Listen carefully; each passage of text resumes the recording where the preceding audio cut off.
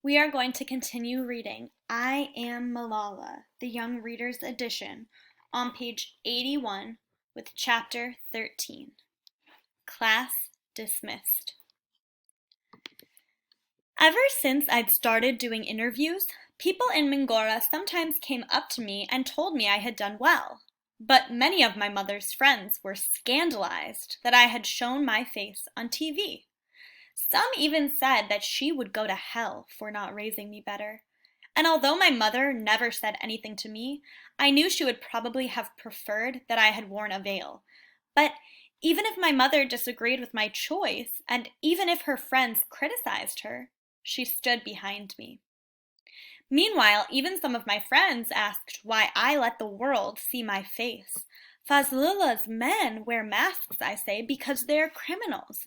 But I have nothing to hide, and I have done nothing wrong. I'm proud to be a voice speaking out for the girls' education. I'm proud to show my identity.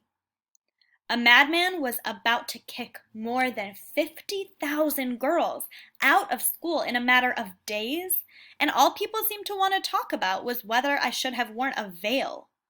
Meanwhile, my brother Kushal was saying that for once he wished he were a girl so he didn't have to go to school. I wondered sometimes if the world had turned upside down. My mother and father liked to watch my interviews, but I usually ran out of the room when they came on the TV. I always liked to give interviews because I knew how important it was to speak for girls' rights, but I never liked to watch them. I don't know why. It was fine for the whole world to see me. I just didn't want to see myself. And I suppose I have to admit that I'm a lot like all those people who were so preoccupied with my appearance. I suddenly noticed all kinds of things about my looks, things that had never much bothered me before. My skin was too dark, my eyebrows were too thick, one of my eyes was smaller than the other, and I hated the little moles that dotted my cheek. A couple of days before the official school closing, my father was going to Peshawar to meet two video journalists from the New York Times. I went with him. They had invited my father to ask if they could follow him on the last day of school.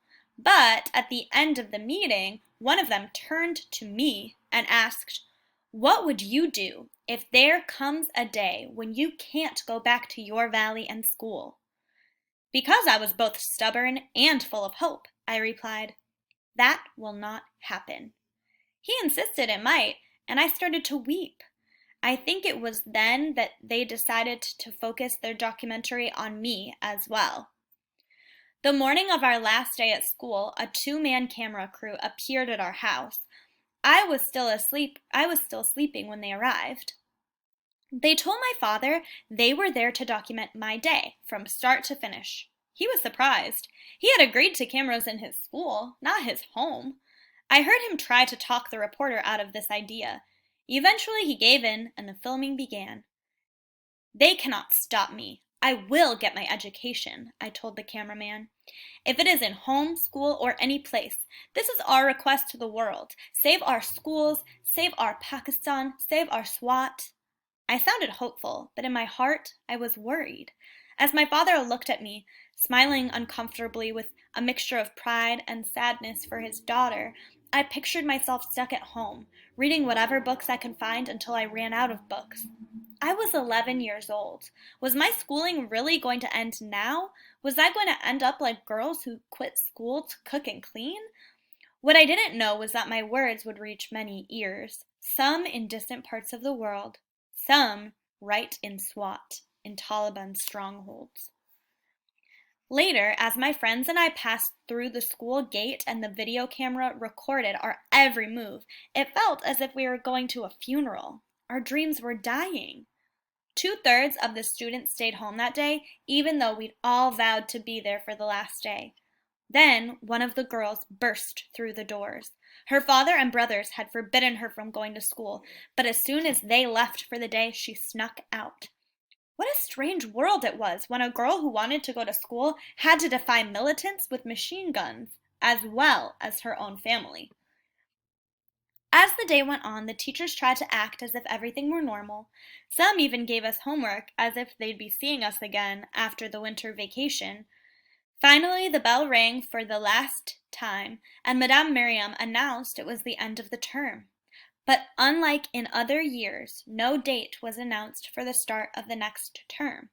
My friends and I all stood in the courtyard, hugging one another, too sad to leave. Then we all made a decision.